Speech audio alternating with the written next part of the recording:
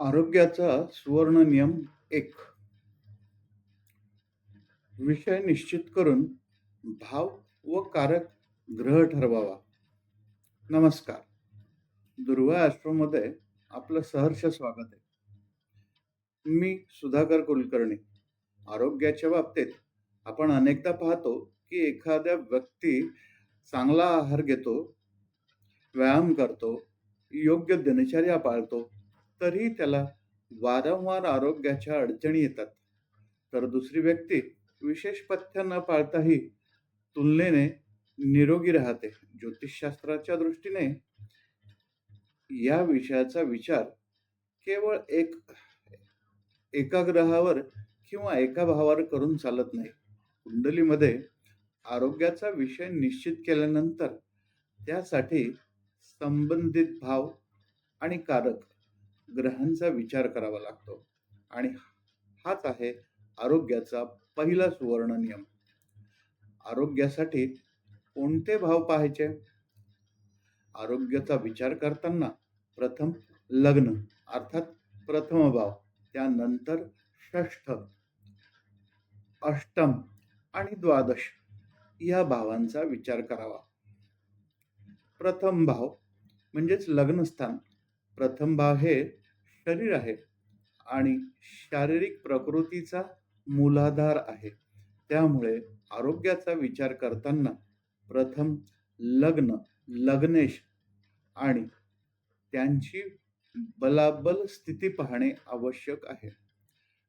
षष्ठ भाव रोग भाव. षष्ठ भाव हा रोग, व्याधी, व्रण, शरीराला त्रास देणाऱ्या परिस्थितींचा विचार करण्यासाठी महत्वाचा आहे. परंतु षष्ठ भाव हा केवळ रोगच दर्शवत नाही, तो रोगाशी सामना करण्याची आणि त्यावर मात करण्याची परिस्थितीही दर्शवतो. आपण षष्ठ भावाचा निर्णय त्याच्या स्वामीची स्थिती, बल, दृष्टी आणि संबंध पाहून करावा.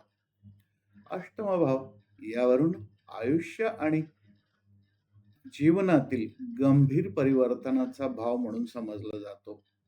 अष्टम भावाचा मुख्य विचार आयुष्याशी संबंधित आहे. त्याचबरोबर आकस्मिक घटना, गूढ स्वरूपाच्या अडचणी आणि शरीरावर होणारे गंभीर परिणाम यांचाही विचार या भावातून केला जातो. द्वादश भाव यालाच व्यय भावही म्हणतात. द्वादश भाव हा मुख्यतः व्ययाचा भाव आहे.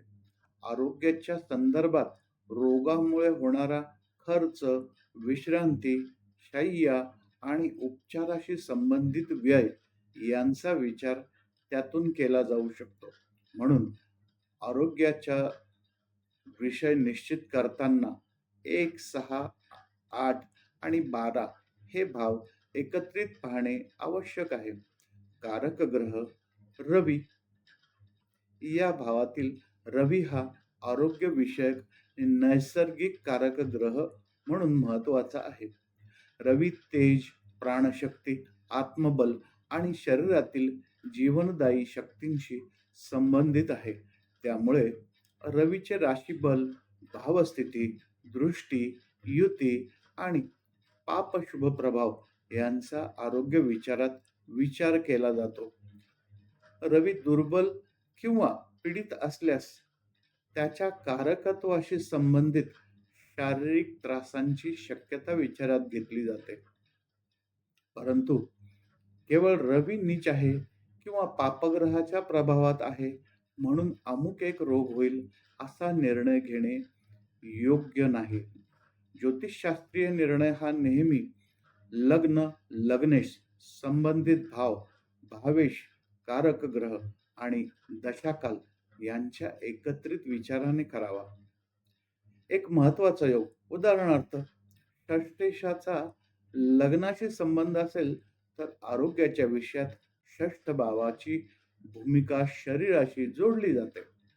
परंतु तेवढ्यावरूनच सरळ प्रकृती नाजूकच राहील असा निष्कर्ष मात्र काढता येत नाही.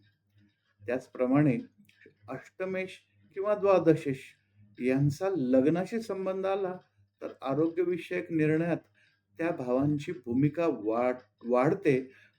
पण वारंवार दवाखान्यात जावे लागेल असे ठाम निष्कर्ष केवळ एका संबंधावरून काढू मात्र नये. त्यासाठी ग्रहांचे बल, शुभ पाप प्रभाव, लग्नेशाची अवस्था आणि संबंधित दशा, अंतर्दशा यांचा विचार करावा लागतो. आरोग्याच्या विषयात उपाय सांगतानाही कुंडलीचा स्वतंत्र विचार आवश्यक आहे. सूर्याशी संबंधित दोष किंवा दुर्बलता असल्यास योग्य परिस्थितीत सूर्योपासना, सूर्याला आणि आदित्य हृदय स्तोत्राचे पठण यासारखे पारंपरिक उपाय सांगितले जातात. परंतु रत्न किंवा एखाद्या ग्रहाला बळ देणारा उपाय प्रत्येक कुंडलीला सरसकट लागू होऊ शकत नाही. संबंधित ग्रहाचे कार्यक्षेत्र, भावाधिपत्य, बल आणि कुंडलीतील भूमिका तपासूनच असा उपाय ठरवावा. तर लक्षात ठेवा, आरोग्याचा सुवर्ण नियम क्रमांक 1. प्रथम विषय निश्चित करा, जो आरोग्य आहे. नंतर संबंधित भाव निश्चित करा, जे लग्न, षष्ठ, अष्टम आणि द्वादश आहेत. आणि त्यानंतर कारक ग्रहाचा विचार करा, जो रवी आहे. मात्र अंतिम फलित एका भावावर किंवा एका ग्रहावर ठरत नाही. म्हणून कुंडलीच्या ग्रहबलाचा आणि दशाकालाचा एकत्रित विचार करणे आवश्यक आहे.